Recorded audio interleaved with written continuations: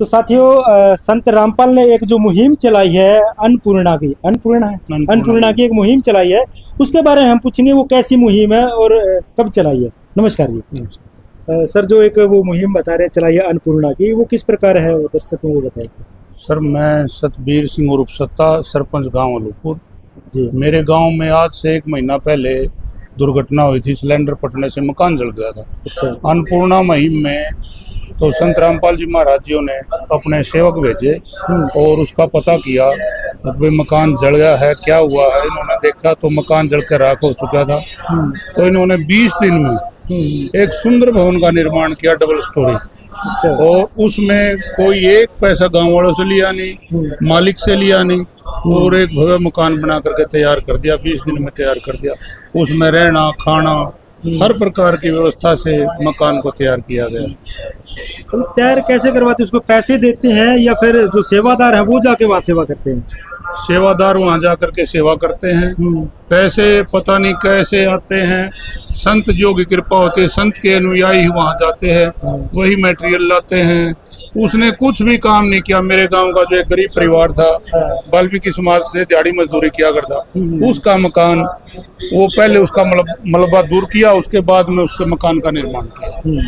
वो कोई पैसा नहीं लेते, सारी सेवा अपने आप करते हैं।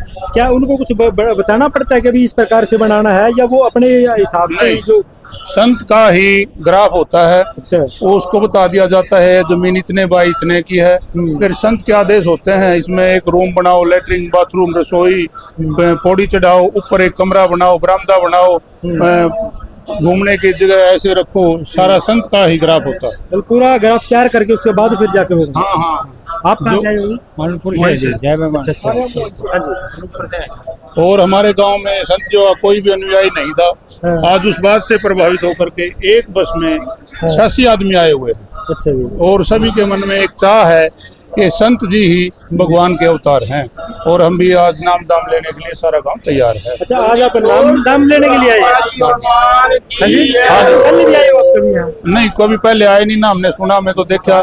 हमें तो ये देखा कि भाई राम रहीम का के सेवक हैं, वो ऐसा करते हैं, वहाँ काम करवाते हैं, खाने के टाइम पर टोकन लेना पड़ता है, उसके पेमेंट देनी पड़ती है।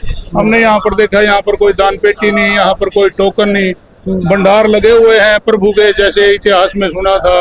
अब वहाँ पर श्री कृष्ण जी का भंडारा चल रहा था, उसमें ये ही नहीं पता था कहाँ से सामान आता है, कैसे लग रहा है। वही आज हमने यहाँ पर देखा। ये माया आती कहाँ से? देखो सामान भी आता है बगैर माया के, तो वो उस मालिक की कृपा है। हमें भी नहीं पता, ये किसी से जब कुछ लेते हैं नहीं। ये तो किसी का मन है देखो आने के, भाई मैं थोड़ा दान तो करूँ अपना, यहाँ पे अगर आया हम कुछ खा रहे हैं तो उसके बदले कुछ न कुछ दें। हमने तो उसके जो अनुयायी हैं वो काम ही करते दिखाई दिए हैं, दान देता हुआ हमें कोई दिखाई नहीं दिया। अच्छा। राजनेता भी आते हैं, वो भी राजनीति को छोड़ करके यहाँ गेट में जो प्रवेश करते हैं, वो संत की शरण में आकर के संत के अनुयायी हो जाते हैं।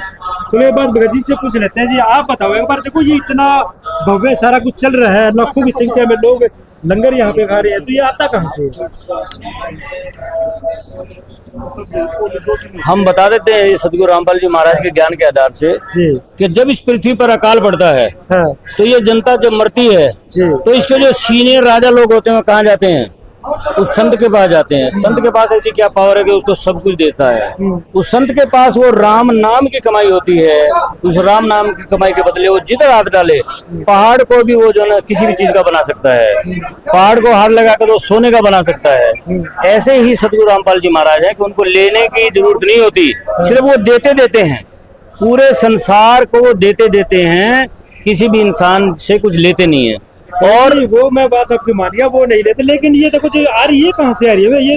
ये बंदी छोड़ सदगुरु रामपाल जी महाराज के जो भगत हैं, सदगुरु रामपाल जी महाराज ने सिखाया कि दान धर्म करना जरूरी है।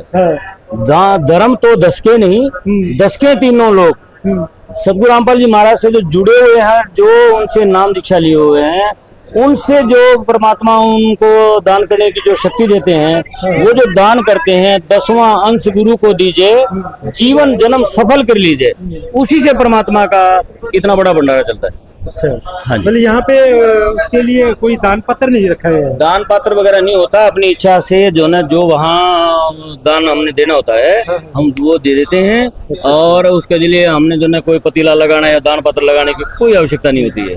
तो साथियों देखो, कोई बात को मेरे को फील मत करना, क्योंकि देखो अगर हम मंदिरों में जाते हैं और भी ऐसी जगह पर जाते हैं, बड़े बड़े दान पेटियां रखी होती हैं, वैसे बगैर दान के चलता भी नहीं है, लेकिन यहाँ पर हमने देखा, मेरे माइंड में भी क्वेश्चन है कि इतनी व्यवस्था यहाँ पर हो रही है लेकिन कहीं दान पात्र नहीं है, ये भी बड़ी बात है। तो वो क्वेश्चन थे जो हमने भगत जी से किए। तो आप भी अपनी राय जरूर देना कमेंट के सेक्शन में कि हमने जो यहाँ की व्यवस्था आपको दिखाई है, यहाँ से हमने बातचीत की है भक्तों से, यहाँ की जो भी व्यवस्था मैंने दिखाई आपको कैसा लगा, कमेंट के जरिए जरूर बताना। फिर मिलते हैं किसी नई वीडियो में, तब तक के लिए।